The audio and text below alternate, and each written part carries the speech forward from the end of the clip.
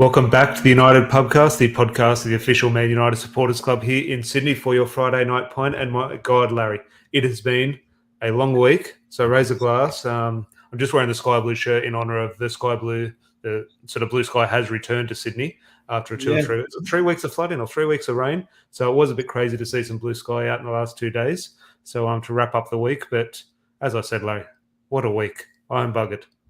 Yeah, it's... Wow, my body's telling me it's been a long week, Tom. Look, cheers to you, mate, and cheers to everyone who is watching right now. And if you are happy that it's the weekend, make sure you hit the like on this damn video. Well, I don't want to disappoint everyone, but United are playing tomorrow, so most likely they're going to put a damper on your weekend, but we have about 24 hours to look forward to.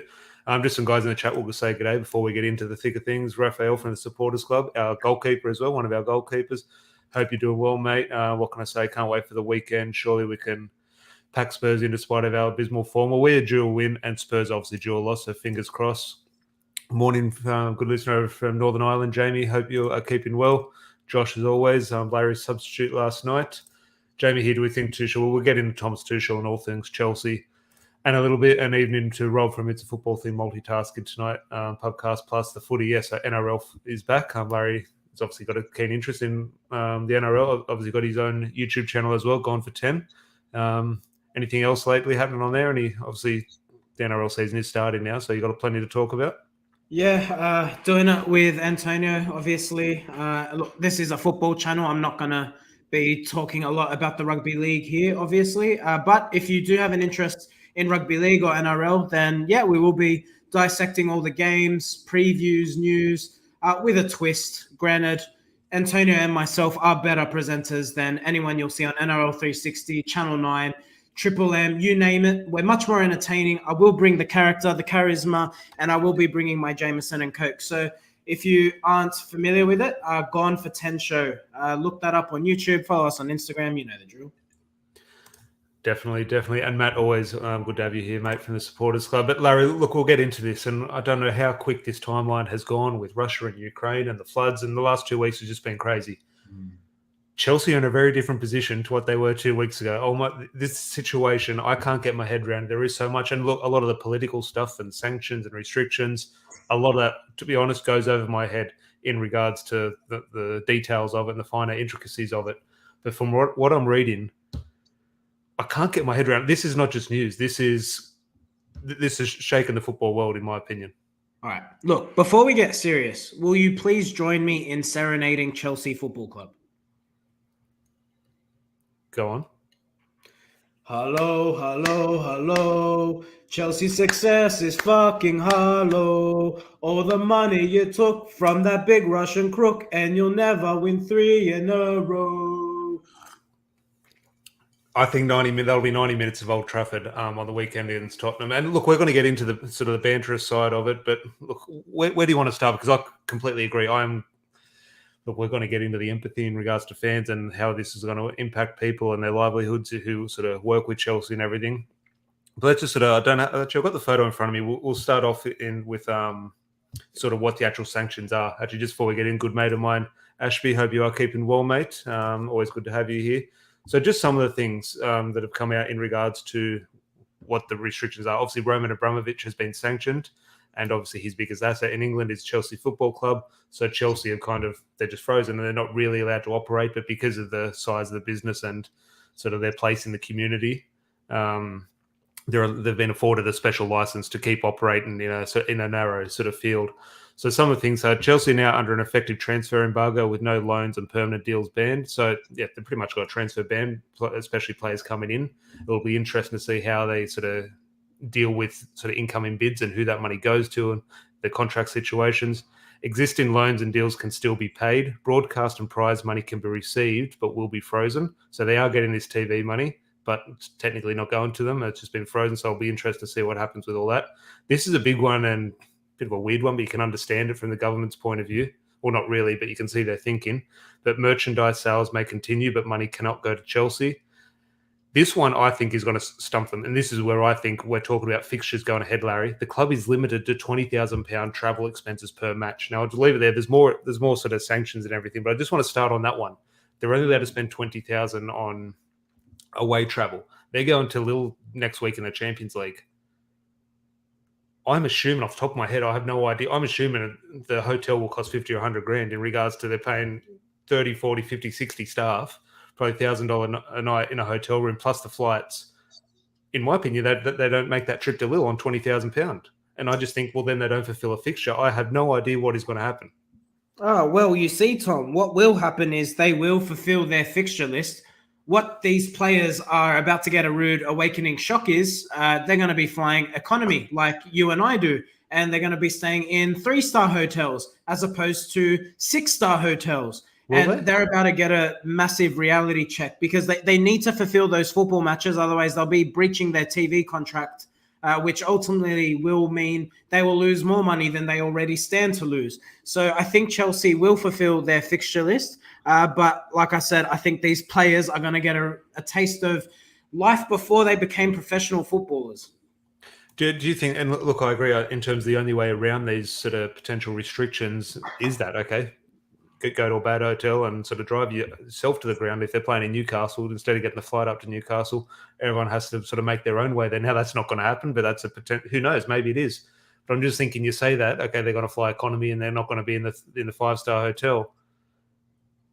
Can you see that happening? Like, I know we sort of put these players on a pedestal and we treat them different. Like, okay, they're just people at the end of the day, but we almost see them as robots and not real. We just only envisage them in 5-star hotels and 5-star treatment. Can you actually see a situation where the Chelsea players are sort of slumming it a little bit? Well, ultimately, if they're not happy with it, they're all well-paid professionals. They will continue to be paid, and they're welcome to stump up whatever gap they want. If they want to fly first class and have the best of everything in this world, look, it's an unfortunate situation for the players. It's an unfortunate situation for the staff there, the groundsmen, the kit man. They're the people I feel sorry for. The people at the front desk, the people who do the stadium tours. They're the ones I feel sorry for. I don't feel sorry for Roman Abramovich. I don't feel sorry for the fans that enter into that football club. Like, yeah, I mean, it's unfortunate for you, and I know you as fans. Please. Yeah, just on that, Ben. Sorry, in terms of I've seen a lot of tweets and different opinions going out there, and look, on a human level, yes, the people that affects, whether it be the groundsmen, fans wanting to go to a game, a young kid wanting to go to a game and unable to buy tickets now because obviously only season ticket holders are allowed into the ground, so they can't be selling tickets or merchandise. Admin staff or people who work in the club shop, yes, their sort of lives are going to be affected now. And on a human level, 100%. Of course, you feel sympathy, and it's not fair on them. It's not fair on the players. They didn't do anything wrong. But at the end of the day, okay, that's a human level. Football is different, and football is the red shirts against the blue shirts, and that is the club. Everything else, owners come and go, players come and go. Everything else comes and goes. At the end of the day, it's the red shirts, which I like, and the blue shirts, which the other team likes. I'm just thinking that is the club, and I have no sympathy for Chelsea because you can bet your bottom dollar. Do not get this wrong. If the shoe was on the other foot and Manchester United were in this situation, Chelsea and every other club around the country would be lining the streets having a big party. So it's just it's one of those ones. Where do you sort of, I don't know, sit with the Chelsea situation at the moment in regards to their fans and sort of sympathy? Look, the fans are the innocent ones in all of this, but ultimately, and we always say it, you support your club through thick and thin. Now, unfortunately for Chelsea fans, and this is where, look, I'm gonna sound like a little bit of a prick here, but forgive me, I am a prick. A lot of their fan base has been founded based on their success, which has come from the money and the investment of Roman Abramovich, which in turn has also come from all the corrupt things that he has done over the years to obtain said wealth. So as far as I'm concerned, if you started supporting Chelsea Football Club post 2005, you deserve all that happens to Chelsea Football Club. I feel sorry for the locals and the ones who have supported Chelsea and grown up supporting Chelsea because that's their local football side. But if you're by association, a fan of this football club based on Roman Abramovich and everything that Roman Abramovich stands for, two-finger salute to you. I have no sympathy. I'm sorry. See, on the surface, I would agree with that. But let's say the Glazers get caught up in something, and we've been supporting since before the Glazers came in, and the Glazers have done something, or someone started supporting Manchester United in 2010 when the Glazers were already in charge.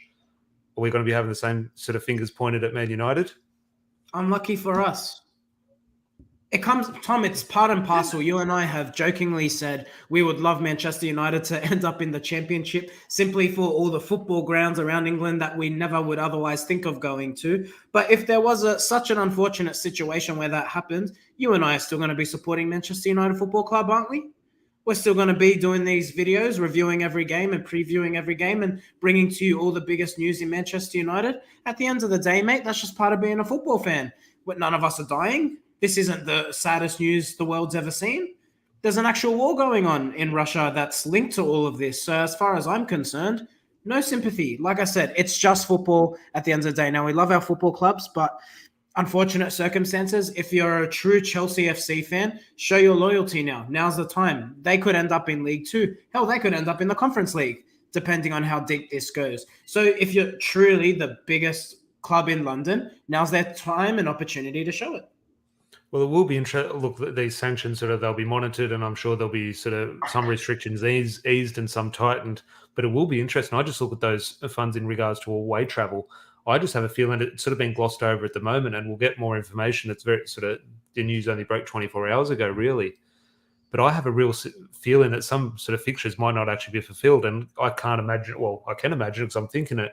But if Chelsea found themselves in a situation where they can't play a game, whether it be a dead rubber Premier League game or are they still in the FA Cup, I think they are, or a Champions League game, I don't know that's ever been done before at the top level. Has it? Can you remember a team actually not fulfilling a fixture? Like a club like Chelsea, I can understand maybe a club in League Two going into administration or something, but a club like Chelsea at the top table of European football and the Premier League not to be able to fulfill their fixture list, I just think, well, as I said 2 weeks ago, who would have saw this coming? Like, obviously no one did, but it's just one of those ones where football is a funny game. Well, I'll tell you what it does do. It shows Roman Abramovich's ultimately rapid U-turn on handing over the club to the Chelsea Foundation, and only within 48 hours making a press release to sell the club, and ultimately giving I've got to be honest, an ambiguous promise to fund the profit made from the sale to Ukraine and humanitarian causes, to use his words, in Ukraine. Obviously, his lawyers were quickly aware to what this was going to become. Unfortunately, it's all happened a little bit too fast for him. Look, Tom, I'm very interested to see how this ends up. And let me ask you, if we were to speculate, because let's be honest, we are purely speculating here, how does this go? What happens to Chelsea Football Club in 3 months and in 6 months? Look, I have no idea. As I said, in the finer details of the legal stuff, it all goes over my head. I don't know. Like, from what I'm reading, Chelsea can still be bought, but obviously none of those funds will go to Roman Abramovich. So at the moment, the UK government is owning Chelsea, so they can still be bought. I'm not sure that's right, mate. From what I've understood, the club cannot be sold at the moment at all. I think sold to Roman Abramovich. Like, Roman Abramovich can't profit from a sale. I think an owner can still come in and look again. This again could be completely wrong, and very well could be. Very well probably is. But same with player sales. We'll get into the Thomas Tuchel situation in a moment. But let's just look at player sales, and that's what a big part of following football is at the moment in regards to transfer windows. At the moment, pretty much a transfer ban. Players even in and out. There's rumours that players can't be sold. Now, I can't get my head around that. And again, that's probably in terms of buying the club as well. If buying a player, who does the transfer fee go to, or who does the purchase go to? So I can understand the complexities with that. But the interesting situation, if you're a player who's on contract and you don't want to be there, just you're an employee, you do have freedom of movement, you are allowed to leave. I'm just thinking, well, can you now? Well, it's an interesting situation how that's going to unfold. There are obviously links with Antonio Rudiger going to Real Madrid or even Manchester United. He's out of contract. So does that speed up those negotiations? Just your thoughts on that, the transfer situation surrounding Chelsea. Well, what we do know for sure is they're going to be a weaker football side next season. That's for sure, because I can't see this having a swift solution. And with that, Cesar Azpilicueta will leave Chelsea Football Club. Antonio Rudiger will leave Chelsea Football Club. And unfortunately, and this is really the most awkward and unknown situation, there are players in that club who don't play a lot of football games. What happens to them? They're going to want opportunities to go elsewhere.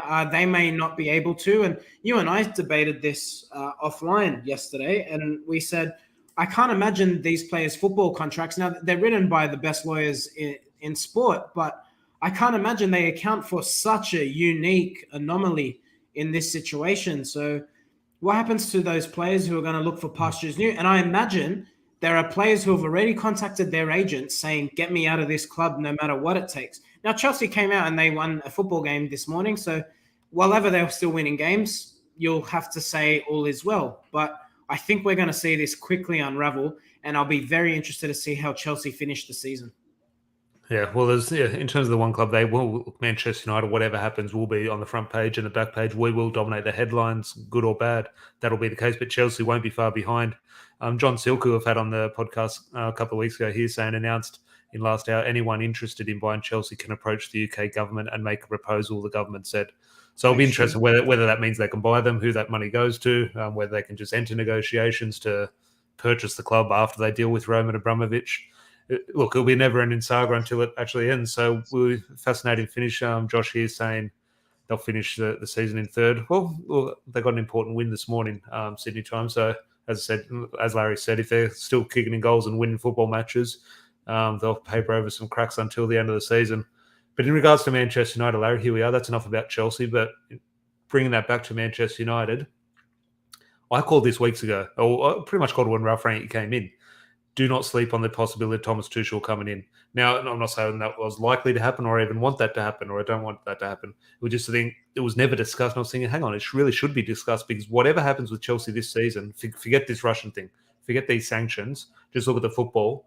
People are sleeping on the very good chance that Thomas Tuchel is going to get sacked. If he doesn't win the Champions League or Premier League, the evidence we've had over the past 20 years is Roman Abramovich will sack the manager. Everyone just thinks Thomas Tuchel is going to be the manager next year. I've never been confident of that. I always thought if he doesn't win a trophy, he'll be sacked. Now, his best mate, Ralph Rangnick, is obviously looking for a manager at Manchester United. I've always thought there's a possibility of him being the manager. Now, do you think this situation is going to accelerate that sort of rumour? Yeah, it's interesting. And as the thumbnail will suggest, if I'm Manchester United, you have to throw Thomas Tuchel into the managerial conversation. And I think... I ask you this, and I think you and I have clearly been sitting on the fact of who's in contention. If you're asking me what manager should Manchester United go and get, I'm telling you go get Pep Guardiola. He's the best manager in world football comfortably. And I think if it was a matter of get whoever you want, that's what I'd be doing. Now, we know he's obviously not obtainable while ever he's in the blue side of Manchester. So if you're telling me who's available or who's gettable, Thomas Tuchel has to go top of that list now. Erik ten Hag, as much as I like him, and the things I like about him are, obviously, he's part of Ajax, which has a similar ethos to Manchester United in terms of they promote youth players, they're big on that. They play a positive style of football under Erik ten Hag. The Dutchman also has overseen a rebuild over their Champions League semi-final a few years ago, and he's got them into a position where they may even approach the quarterfinals of the Champions League. So the fact he's done a rebuild already, the fact he's overseen a rebuild, the fact he's promoted youth players into his football side, you have to say it ticks a lot of boxes in terms of Manchester United. But look, there is the great unknown. It is the Dutch league after all. If you can get Premier League proven experience, now that's such a big advantage, and that's the big unknown with Erik ten Hag. So I think with that, and crucially a Champions League winner, a recent Champions League winner, I think if you're Manchester United, you have to be contacting Tuchel's team and you have to be trying to get the German on board. Surely.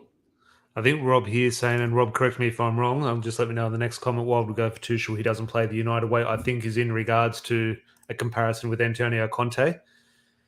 It's an interesting one because... Look, go on, Larry. I'm just on this United way thing. I get where Rob's saying, and this probably stems from the playing the 3 or the 5 at the back, depending how you view it. But Chelsea play a positive style of football. When I think what's the Manchester United way, I think front foot, being on the front foot, not a counter-attacking side, not playing within ourselves, not playing with fear. That's what I view as the Manchester United way. It's just playing with a positivity. It doesn't mean you have to have a 4-4-2. It doesn't mean you have to have flying wingers who cross the ball in at all times. It just means you need to play football a positive way, the way a big football club should. And I think Tuchel, on top of that, playing the Manchester United way means winning trophies. And Tuchel's a serial winner. It's as simple as that. My bit on the United way, and look, I agree with all those things in regards to someone comparing him with Conte or whatever you think of his style of football. My thing in regards to the United way, when it sort of translates to the Antonio Conte situation, is the behaviour. Forget the football, treat the back, park in the bus, counter attack, controlling the ball, whatever. It's the behaviour. I think Thomas Tuchel comes across very well in his press conferences. You've seen how he's sort of dealing with that recently and some of the unfair questioning he's been getting by the journalists. But Conte there, he'll be throwing toys out of the pram straight away, and that's not the behaviour of a Manchester United manager. You saw what Jose Mourinho did, and look, post-Fergie, he's been our most successful manager. But ultimately, and whatever you think of his football, some people liked it, some didn't. Ultimately, he didn't have the behaviour, and we sort of knew this deep down before he did arrive. You look at the reservations Sir Bobby Charlton had over him at the time. He's not the behaviour of a Manchester United manager. Now, I don't know the ins and outs of Thomas Tuchel's career in regards to his sort of off-field situation, but that was my thinking with Antonio Conte. If things went, you saw him last week when he lost a game with Tottenham. He said, "No, this is too much for me. I want to leave." And then a week or 2 days later, he said, "No, I overreacted." I think a Manchester United manager needs to behave in a different way. So that's my thinking in regards to the United way. Because the football-wise, yeah, that's why I think Ten Hag is probably top of my list. And out of all the managers, out of Pochettino, Thomas Tuchel, even Pep Guardiola, Jurgen Klopp, Ten Hag is probably top of my list at the moment. But he's probably the manager I know least about. And that makes absolutely no sense. But the reason that it just gives me some type of excitement, I think John here is saying, I'm not convinced by the Tuchel procedures. I'm not convinced by the football Tuchel producers.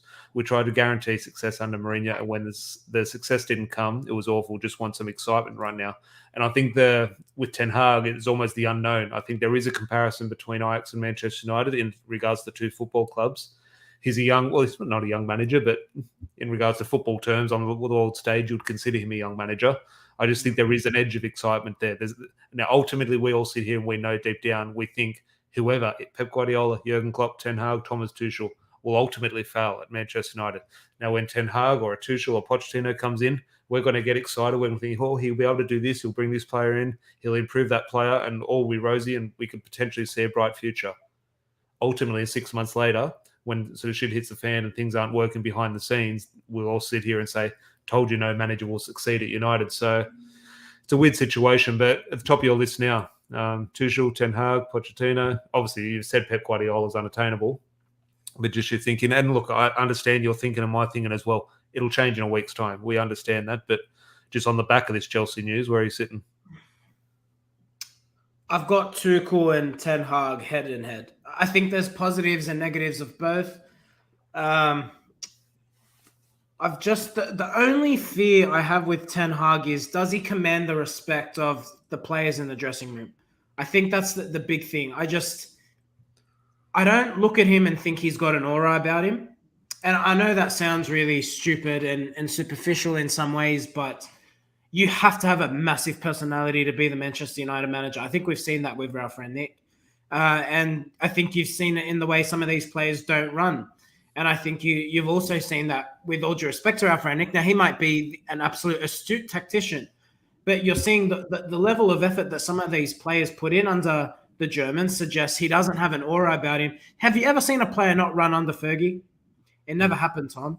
And when he came in, Ferguson, that is, he cleared so many players in his first season at Manchester United. That's why you saw him fluctuate. I think we went from 2nd to 11th.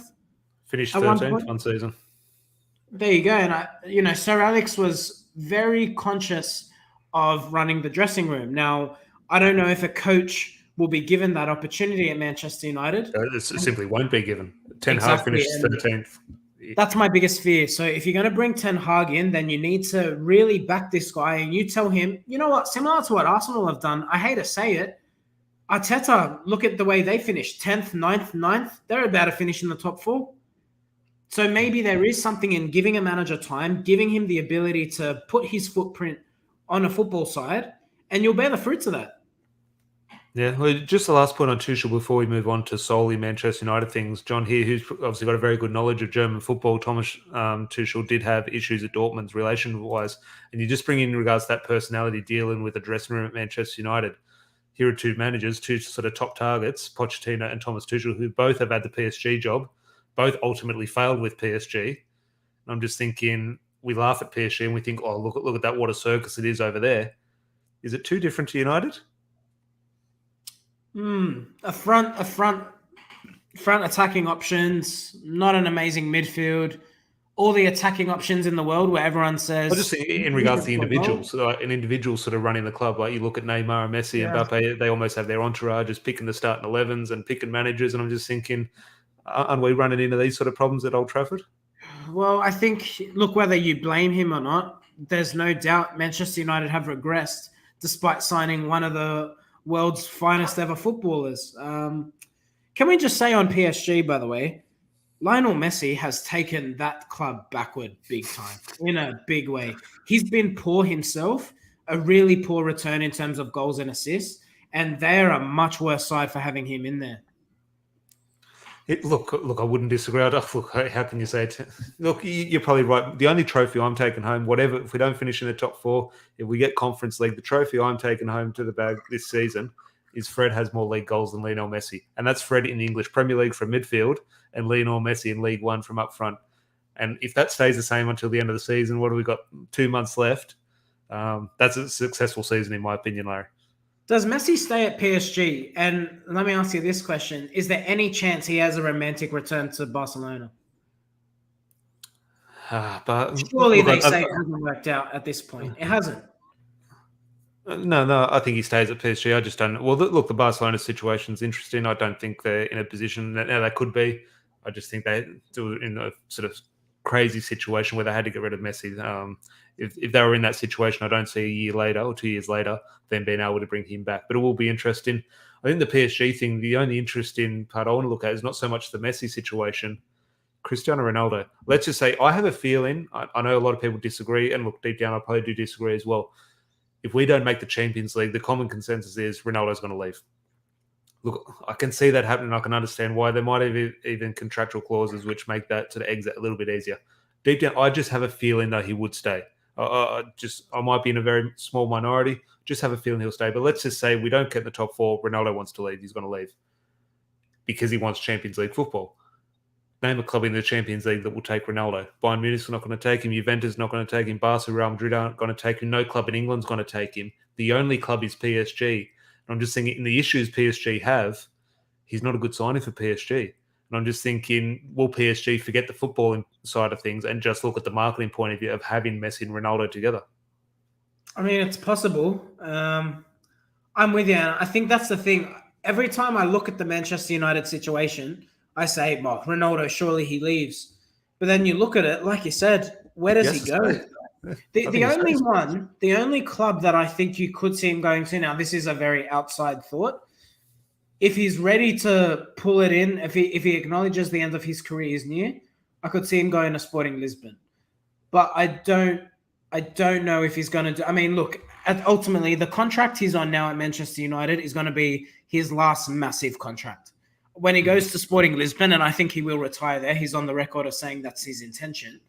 He's not going to get anywhere near the sort of money he's on now. So you have to think, looking at his options, all things considered, do you want to play in the Europa League or do you want to play in the MLS? How big of a drop does Ronaldo want to take? I think he stays at United, and I think he will be banking on the hope that with the right manager, he gets utilized in the right way, some players brought in to support him, and has a positive finish next season. Yeah, no, well, look, we're going to be discussing Ronaldo and the situation. It's Sporting or Manchester United. I can't see him going anywhere else. Yeah, look, I just have a feeling that maybe not Conference League or no European football at all, but even Europa League, I can see Ronaldo staying at Manchester United. And my mum obviously agrees with you here, Larry. She obviously definitely does want Ronaldo to stay, and I'm quite confident. If we lose against Tottenham and against Atletico Madrid, I probably won't be confident, but at the moment, I am. I've never had the joy of watching the Portuguese live, so I just want him to stay long enough so that I can go attend a Manchester United game, hopefully watch him score a goal, do his well-known celebration, and then after that, he can do whatever he likes. Well, we're doing that when in Paris in 2 months' time when we're flying over to watch United in the Champions League. Oh, yeah, Paris. Of course. How could I forget? Well, not against Paris. In Paris, obviously, PSG are knocked out. But sort of moving on to Manchester United things, and if you are enjoying the video, please do leave a like on the video. And as we said, The Friday Night Pint is a little bit casual, so if you want anything else discussed, just put it in the comments, let us know.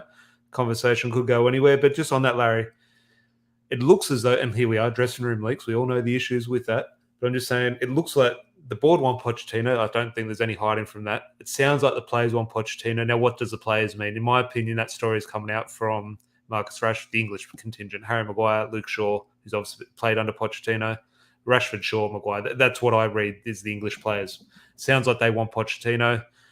The owners obviously want Pochettino. Pochettino will want United. The one party that doesn't want Pochettino en masse is the fans. However, in regards to the way Manchester United run, they're so sort of invested in good PR. I'm just thinking all signs lead to them appointing Pochettino, but their one thing they're trying to keep happy is the fans don't want Pochettino. So I'm just thinking, we know United's PR machine. Sort of how influential will that decision be in regards to, okay, they all want Pochettino, but the fans aren't going to be happy. Will they make a decision based on positive or bad PR? This fickle football club, mate, I guarantee you Pochettino will not be the manager of Manchester United. Unless they want protests again outside Old Trafford, which we know they don't want. It would be such a poor appointment, Tom. Honestly, I don't, look, and he's not top of my list. He's probably, and look, he's near the top, maybe because of the lack of candidates, but he's second or third on my list. I understand the concerns with him. I don't. He shouldn't be 10th on your list. I don't understand the outrage. He's not a bad manager. PSG, we all said he's going to fail at PSG. They're not going to win the Champions League. Now they're out of the Champions League. Oh my God, what's Pochettino not winning the Champions League for? When we all agreed he's not going to win it. He's going to win the league this year. What he did at Tottenham, if that was the Tottenham manager now doing that at Tottenham, would say he's our next Manchester United manager. And I'm just thinking, again, he's not top of my list, but I don't get the outrage. Let me make one point to you, okay? And maybe it's lazy of me, but this is how I view it.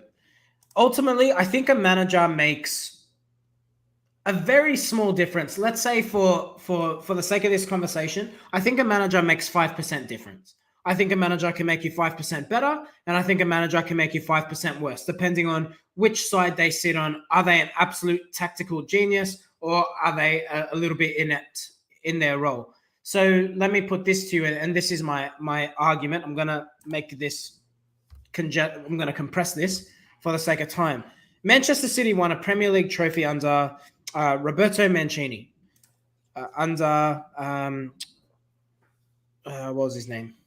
Fancy hair bloke, old Pellegrini. Yeah.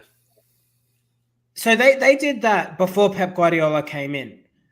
Now, are those two coaches absolutely brilliant, or were they the beneficiaries of good recruitment, a good setup behind them, behind the football pitch? Now I'm going to make this point on Spurs. Well, I'm actually going to take it back to Southampton. But before Tottenham, and the reason that Pochettino got the move to Tottenham was because he was successful with Southampton. Now, Southampton were successful because they had really good recruitment. They bought really good players. If you remember, they had Virgil van Dijk there when Pochettino was in charge, amongst a few other good players. And the thing that is the constant in Southampton's success and Tottenham's success, they had a director of football called Paul Mitchell, who was making sure that they had astute signings, making sure they were getting value for money, making sure they were bringing in good players, having a good setup on and off the pitch. Well, as soon as Paul Mitchell left Tottenham, things fell apart fairly quickly. So now begs the question, Tom. Paul Mitchell leaves Tottenham. Pochettino then fails at Tottenham. He now goes to PSG. He's now failing at PSG. Is Pochettino a good manager, or did he benefit from a good football club with a good setup, much like Manchester City's predecessors did? Well, let Ralph Rangnick implement this good football setup and bring Paul Mitchell in with Pochettino. And then you see what he did at Southampton and Tottenham. I just think, I don't know where Larry has gone. Maybe he's sort of dropped the mic after that sort of little rant about Pochettino. But I don't understand the negativity around Pochettino because he's obviously a very good manager. What he did at Tottenham, yes, there were no trophies there, but Tottenham are never going to win trophies. We sort of understand that, and we all agree with that before the season. I'll just kick Larry out. I'll see if he comes back in a little sec. But the Pochettino situation, in regards to Paul Mitchell, we all saw the photos of Pochettino in watching a game with, not Pochettino, with Paul Mitchell watching a match with Ralph Rangnick the other day. And who knows what's sort of going to happen from that. We sort of talk about or the club talked about, no, he's not there to negotiate. He's just there to, he was there to see families. Obviously, Paul Mitchell is from Manchester. But if Ralph Rangnick is given the keys to United in regards to making football decisions, one of those football decisions has to be get people in who can sort of support the manager. And at the moment, supporting the manager is getting those football people around him, because at the moment, if a Ten Hag comes in, or let's say Pochettino, if a Pochettino comes in and he's said, okay, I want this player, and that player, and someone above him goes, well, look, they're really good signings, Poch. I really do like those. However, we've decided we want to keep the England centre back because we sort of want the England centre back to be our Manchester United captain. So we'll get you a centre back, but he's going to have to play alongside Harry Maguire. So you're going to have to sell Rafael Varane or Victor Lindelof because we want Harry Maguire. Now, will Paul Mitchell make that football decision? Paul Mitchell won't make that decision. But ultimately, Manchester United probably won't put him in that place because he's going to sort of counteract their first thoughts as Larry comes back in. I don't know where you went, Larry, after that Pochettino rant, but just in regards to that, why not just make, and look, we obviously know why the club won't make the good football decision, but why not just then bring Paul Mitchell in with Pochettino, and then suddenly you see what he did at Southampton and Tottenham, but obviously with the better resources and higher up the table could result in further success. I take that point, but again, we've got John Murtagh, who's been recently appointed as the football director or sporting director, whatever you want to call him. So with that appointment only made a little over 12 months ago, can you see them allowing Paul Mitchell to come in and basically making John Murtagh redundant, or at worst, telling him, you can be second fiddle, you can report into this bloke?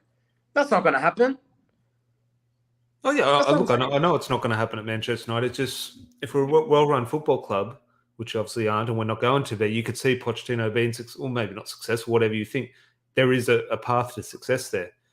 Because what he did at Southampton was very good. What he did at Tottenham was very good and was on the verge of success. But if you add United's stature, quality, and he just takes that next step in his career, you would see success at Manchester United. But ultimately, that is sadly not going to happen. I just seen here, Matt, this fills me with no confidence at all. 3 Spurs players are out of United's fixture. That makes me more nervous than I already was. I prefer to play full-strength teams because whenever we sort of play weak who's out? That's what I want to know.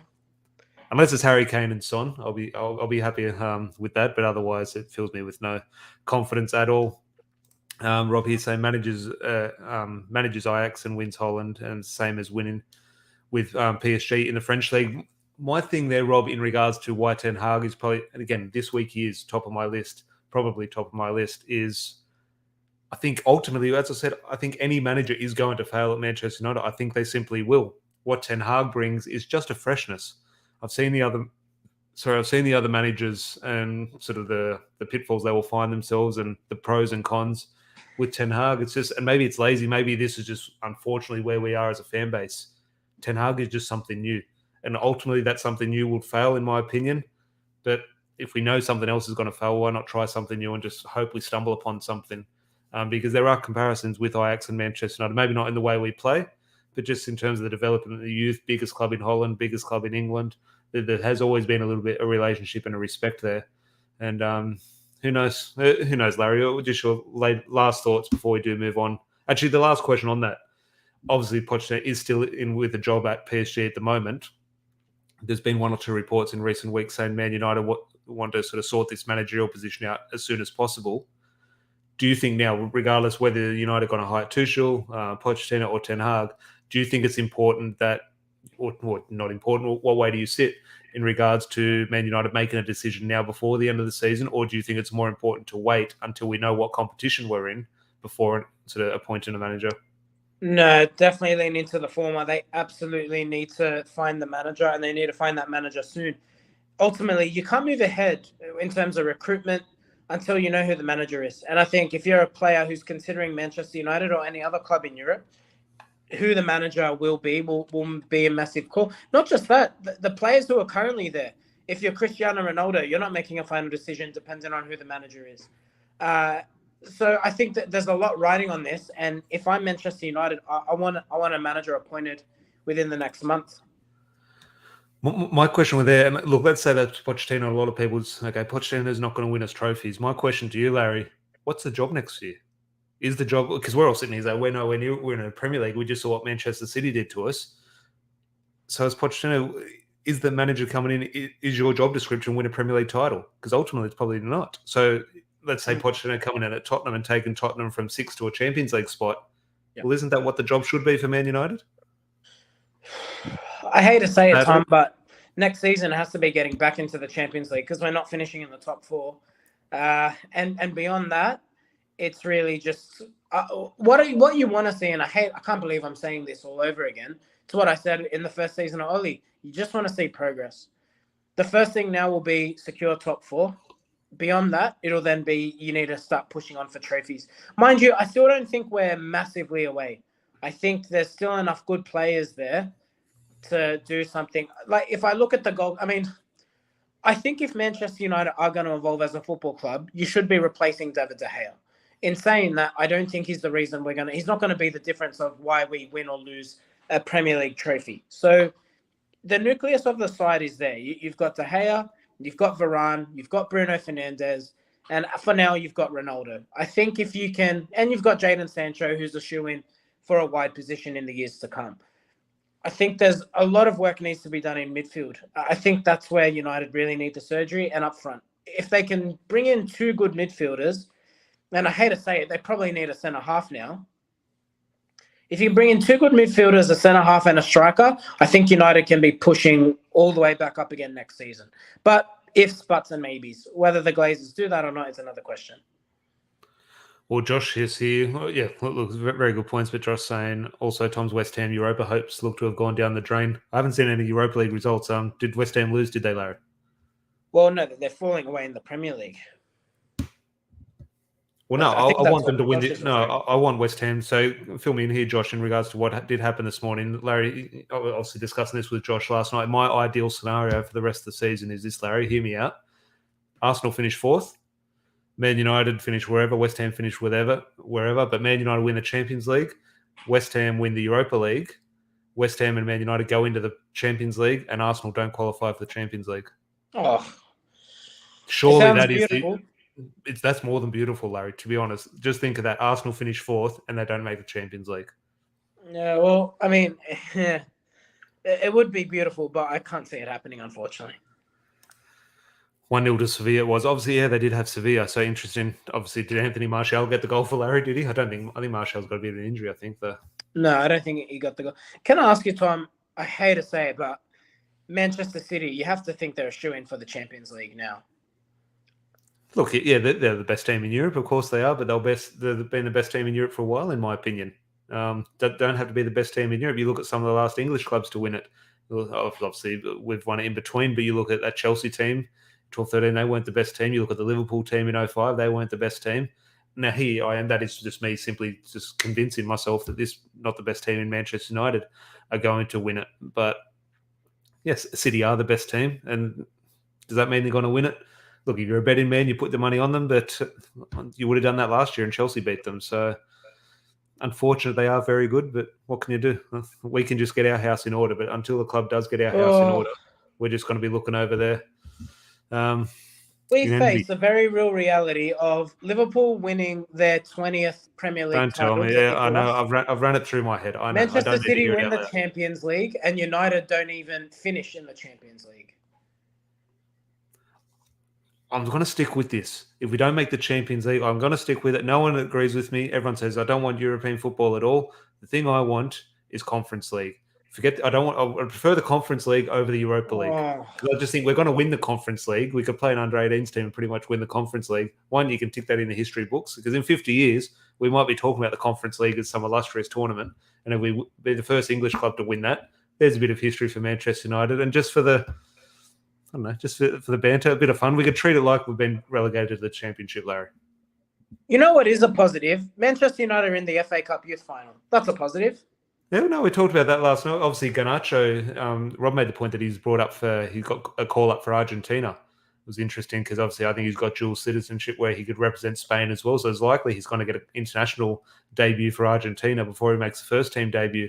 But I made the point to Josh last night, Larry, do you think just here we are all in agreement that it looks like there's going to be some dead rubbers at the end of the season, that we're not going to make the top 4? Do you think it's just a case now he can just, or should, just give some of these kids a run? Absolutely. Look, if we keep fighting until top 4 is mathematically gone. But the day it is, and that day will come, then yeah, I'm all for playing the kids. You honestly got nothing to lose at that point. And if we're going to make Europa League or Conference League, I really don't care. And the club shouldn't care. It's Champions League or bust for Manchester United. So, no, yeah, of course, but yeah. So that's the thing. They won't view it that way. They'll view it as, oh, look, if we can't make the Champions League, we should make the Europa League, which I hate, but that's just the way it's going to go, isn't it?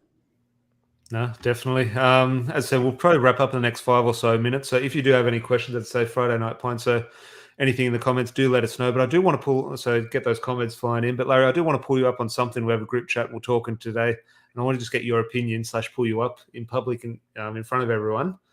There was a photo going around, I think it was on ESPN's Twitter or something, ranking these midfielders. And it was, who was it? Luka Modric, Andreas Iniesta, and Paul Scholes. And you said you'd have all 3 of those over Zinedine Zidane. Yep. Can you show me that drink? What is in that drink? Because, look, I tell people Paul Scholes is at the top of my list. Yes, of course. I have not seen a better midfielder than Zinedine Zidane. And that's not to take away from Luka Modric or Iniesta. I have Iniesta over Xavi. What a player. Brilliant. None of them are on Zidane's level. Zidane was on a different level. So do let us know in the chat in regards to how do you rank those midfielders in regards to Zidane, Scholes, Iniesta, and Modric. But for me, and I'm surely anyone sober is talking Zinedine Zidane top of that list. Not for me. Oh, Larry. Hold on. Hear me out. If you're talking, like, if your question is who's the best in terms of ability, yes, it is Zidane. But if you're asking me who do I want in my football team to win me football matches, he's the last for me. If you actually look at his club career and his performances in his club career, they were nowhere near as brilliant as he was for France. Well, no, he wasn't. Tom, you can hold your head all you want. I'm not wrong. The best performances Zinedine Zidane put in his career were in a French shirt. Well, you know what? You know who else performs well on the international stage? Zenit Xhaka. He plays well for Switzerland. He looks world class for Switzerland. I'm obviously not saying that Xhaka and Zinedine Zidane are on the same levels. He's world class. He was brilliant, Zinedine Zidane. I'm not saying he was more than brilliant. He's the best midfielder I've seen. And in terms of the way football has progressed and footballers are getting better, I have to put him over anyone who I haven't seen as well. Looking purely at club career, he was brilliant for France. Was he absolutely brilliant for Juventus? Was he absolutely brilliant for Real Madrid? Well, he was 100%. Good. Well, he was good. But did he reach the levels in his club career that Iniesta reached for Barcelona? Did he reach the levels that Paul Scholes met for Manchester United or Luka Modric for Real Madrid? For me, he didn't. No. Look, obviously football is about opinions, but I'll call your opinion wrong there. He was brilliant. Rob here's there saying Ballon d'Or winner. I just think absolutely amazing. And look, yes, football is about opinions and what you prefer in a midfielder. Like I prefer Paul Scholes over Patrick Vieira in regards to a central midfielder, different type of players. Let me pick on Rob for a second. Ballon fucking d'Or. You know who else won a Ballon d'Or? Michael Owen. You want to know how many goals he scored the year he won it? 16. Ballon d'Or doesn't mean shit. Lionel Messi won the Ballon d'Or last season. Did you think he was the best player in world football in the last calendar year?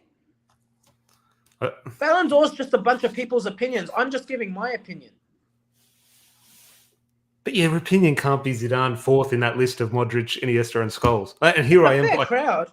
It's a fair crowd. But even if he's fourth there, that doesn't make him shit. That's for obviously, I know you're not calling Zidane that. Obviously, I do understand that. But for me, there has simply, and it's almost not up for debate now. Obviously, football opinion on how you view a player, of course it is. But for me, it's almost not up for debate. He's the best central midfielder we've ever seen, and I just think, well, he's the top of the list then. But there are a few people calling here. Larry for Ballon d'Or in 2022. We've obviously got our match coming up in a couple of weeks against Chelsea. There, I've seen people cancelled for less. So I've obviously got some Zizou fans. Would your opinion change if Zinedine Zidane is the next Man United manager? Yes. Can I say though? I was thinking about this the other day, and I think that's why I found that ESPN post so interesting. I've never seen a big game player like Iniesta. Spain World Cup, Champions League finals, in La Liga. He's just been absolutely brilliant. And A I lot, think, a lot of people disagree with me there. Yeah, yeah, Iniesta's almost second on that list. I almost have him above Paul Scholes. So, look, Paul Scholes is always the top of my list, but you know what I mean. In yeah, regards to ability, Iniesta, a lot of people always have Xavi over Iniesta, though. And obviously, they combined well, but a little bit different in the way they played. Let us know in the chat who you would take out of that duo. Iniesta all day long. For He me, was a for me, it's baller. always Iniesta for me. He was an absolute ball. I think it's really interesting, and I think when you're talking about Xavi and Iniesta, it's almost not fair to compare them. To a lesser degree, I think it's almost like what Carrick was to Scholes. They're very different players, and what they offered the football team was different. Xavi was the shield of the back four, but he was the game dictator, which allowed Iniesta to go forward and be brilliant. You know what I mean? So I think it's not a case of one or the other. I think both were absolutely brilliant because they complemented each other's game. And I don't like comparing them because I just think they're so different. It's kind of like when people would try to compare Gerrard and Lampard to Carrick. I'm like, well, they're completely different players. But man, if you're talking about I can't speak, big game player, someone who's going to win you a football match, you have to choose Iniesta. At every level, no matter what the competition, club or country, he delivers the goods. Yeah, look. The thing Xavi had was obviously his passing, probably one of the best passes you've ever seen of a football. But what Iniesta had was just that ability to do something a little bit different.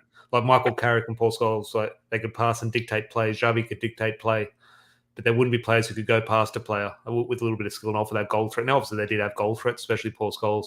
But Iniesta had that ability. He could link up play and sort of dictate play by passing the ball, but he could go past you. He could do a little bit of skill and create something out of nothing, and just a special player. And I remember the World Cup final against Netherlands.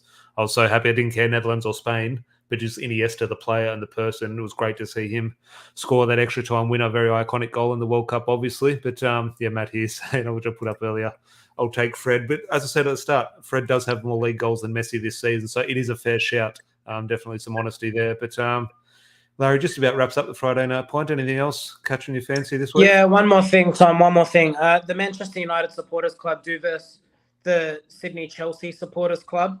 March 26th. They don't have any sanctions placed on them. The match is still going. Okay, that's brilliant. Good to know. Good to know. Do you want to let everyone know who you'll be playing in midfield that day? Larry has offered me a brown paper bag to be getting the start in number 6 role. So if you are in Sydney, feel free to come down. It's at 5 Sports in Carinbar on the 26th of March, and you can watch Larry dictate play or attempt to dictate play. Obviously, training starts now for a lot of us to knock off a few kilos before kickoff. But it will be good to sort of stick the boot into a few Chelsea fans at the moment. I think so. Perfect timing too. Well, the Chelsea have a good team. The first game we actually played against them here in Sydney a couple of years ago, we beat them 8-6. So defending was optional at the time. But we played them in a 4v4 tournament about a year ago, pretty much about a year ago. And we beat them in one game, but they had some young legs and they beat us in the grand final. So we do have a little bit of revenge against Chelsea. But what Iniesta did in 2011 was the best I've seen by Messi. So what you're saying, Josh, is better than anything Zinedine Zidane did. Maybe Larry wants to bring that up. Let that continue in the chat below. But it was right. It was right midfield, the last one. Oh, against Chelsea, did you play right midfield? So, yeah, Larry will be attempting his best Michael Carrick impersonation on the 26th against Chelsea. I think I was born for this, Tom. I really do. There is a link in the description to all the social medias for the Man United Supporters Club. We are raising money for the food banks who are doing some very good work in regards to getting food out to people affected by the floods. So if you can donate or you want the link to donate, please send us a message and we can forward that to you. It would be great to sort of reach out to. We've got a $500 goal for this one. So, Larry, obviously we do have a good weekend to look forward to until United ruin it. Saturday, it's a 4:30 a.m. kickoff on a Sunday morning. I'm setting the alarm. The alarm is pretty much already set. I know I'm going to be disappointed, unfortunately, but I've got that excitement before the game, and who knows what's going to happen. And Matter's going to start. I'm convinced myself one Matter is going to start / should start. But just your thinking before we sort of do wrap up. Josh gave his starting 11 prediction yesterday. What are you thinking? Any surprises? Obviously, the Portuguese up front will dominate the team selection headache. I think United could win this, Man United beat Tottenham at home. Can you believe it? We're in a position where Man United could beat Tottenham. I know it's quite sad that I've got to put that tone in my voice, but I genuinely think this is the sort of game that United would win. I don't know why. I've got no right to be confident, but just you got that. There's something in the air, Tom. There's something Tottenham's in the air. Spurs is in the air. That's what's in the air. Yeah, Spurs are going to Spurs it up. Fingers crossed. Obviously, we'll be back on Sunday night with a review. Hopefully discussing 3 points and some not scraping the bottom of the barrel for 3-2-1 points, and hopefully someone can sort of catch David De Gea because he is running away with it, as we mentioned. But hopefully all the action is at the other end of the pitch, and it will be interesting. The last question: Ronaldo start or does he get rested for Atletico? I think he'll start. Be interesting. Obviously, well, Rangi should have his press conference in a few hours, which I'm sure. Early prediction for you: Rafael Varane will. He'll have Harry Kane in his pocket. Don't you worry about that. I thought you were going to say Rafael Varane 1-0 from a corner. And I was thinking, oh my God, Larry, after that Zidane talk, you shouldn't be talking about Frenchmen today. Surely Maguire's not playing this game. Surely. I think it's time. It's time he's dropped. For good. In my statement, I have a feeling it will be Varane and Lindelof. What will it be? I think we all sit here with, I think we sadly know it will be Harry Maguire. Harry Maguire against Harry Kane. Look, I say this now, Harry Kane's going to score a hat-trick. If there's one strike I wouldn't mind Harry Maguire against at the moment, and if we sat back now, if we play high, I don't like it because Harry Kane drops in a lot of spaces, which make that hard for Harry Maguire. If he goes into that space, he's sort of vulnerable in behind. So, but if we sit deep, if Tottenham play well, I can actually see Harry Maguire against Harry Kane not being a disaster. But if we are on the front foot, could be a nightmare. So, especially with the pace of Son. Sorry, mate. I'm just going to go for blood tonight. My Zidane comments have scarred you for life. You know what scars me? When people in my football chats tell me Antonio Conte is the best thing since Sir Alex Ferguson when he's nowhere near that. In fact, he's an absolute embarrassment of a manager. See his comments the other week? Conte? Larry, we're 24 hours out from when we play Spurs. Calm the Conte chat for a little bit. And I'm on your side in regards to not the biggest fan of Conte, but we need to calm this before. Overrated. Tottenham, he wears a wig. Tottenham 4-0 at Old Trafford. Here we go. But until then, hopefully everyone did enjoy that. A little bit of a casual chat today, and we do appreciate everyone's interaction in the comments. And we will have Zidane part 2 next week. I'll get some stats to show Larry why. Yeah, why don't we do a debate? Zenit Xhaka versus Zinedine Zidane. Phil, bring your Xhaka stats. To be fair with Rob, I don't think he ever said Conte as the next thing from Ferguson, but I do know, obviously, tongue-in-cheek. But until then, hopefully everyone does have a good weekend. Until, let's hope the United don't ruin it. Who knows what will happen. But it always has been a pleasure. Larry, as always. Hold on. Josh is asking me a very important question here. Who's winning the Andre the Giant Memorial? It'll probably be Omos, Josh, because he's big and 7'3", and he's the closest thing to Andre the Giant they have. That name, look, I used to follow the wrestling religiously as a kid. Obviously, Andre the Giant, but in terms Tom, of that it's WrestleMania in a few weeks. Come on. Yeah, but who's this Omos guy? Stone Cold Steve Austin is coming out of retirement. Yeah, okay, so Steve Austin, that's a name. You mentioned Omos. Who the hell is he? He could walk through the front door now. I wouldn't have a clue who he is. Well, I see that you've got the same haircut as Steve Austin, so does that mean you'll be buying the pay-per-view, tuning in? I used to buy the pay-per-view. Dad used to buy the pay-per-views for me as a kid. It was obviously that they do them on a Sunday in America, the WrestleMania from memory, the WCW. 2-day show this year. So my pay-per-views, obviously, in Australia, fell on a Monday morning. Dad used to let me have the day off school to watch the wrestling pay-per-views.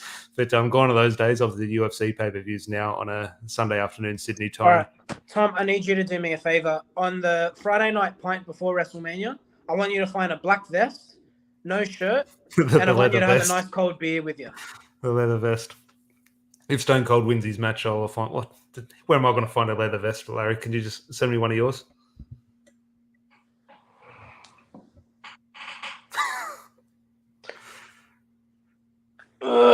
You don't want me to rip my shirt, John. Thought I was going to do that naturally. But, Stone and Wood. Maybe because of how fat I am, not because of my muscles. Well, as I said, Larry, no more fat. We need to get fit before we do play Chelsea in a couple of weeks. So get yourself trim, because if you are going to be in midfield, you can't have me doing your running for you. You need to do your own work. I'll be doing your running, Tom. Don't you worry. Until then, hopefully everyone does have a good weekend. It has been a pleasure as always. Coming on the hour mark, do appreciate everyone's time and interaction. Leave a like on the video if you are new. Could subscribe, that would be great. And we'll chat to you on Sunday night. Cheers.